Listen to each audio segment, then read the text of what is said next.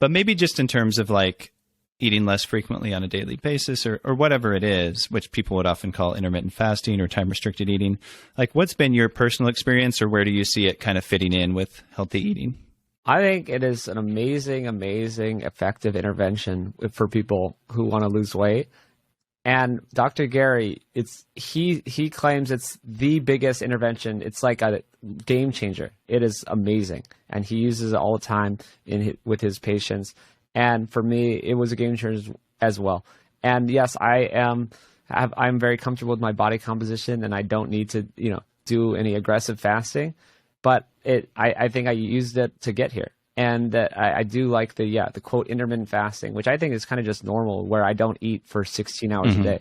I'm eating two meals, and I think that's really great.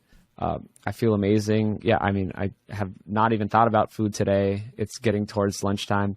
Zero thoughts about food, right? I would consider force feeding myself to eat breakfast, and I think it is amazing, and that everyone should do some version of it. There's all different versions, and I'd say find one that works for you. I think it's an amazing intervention. Great, yeah, good. I like that answer. But yeah, I feel the same.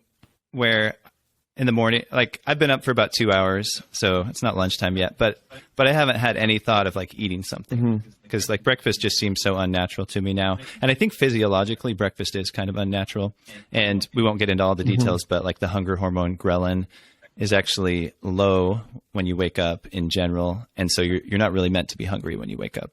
But yeah, that's kind of a longer story for another day.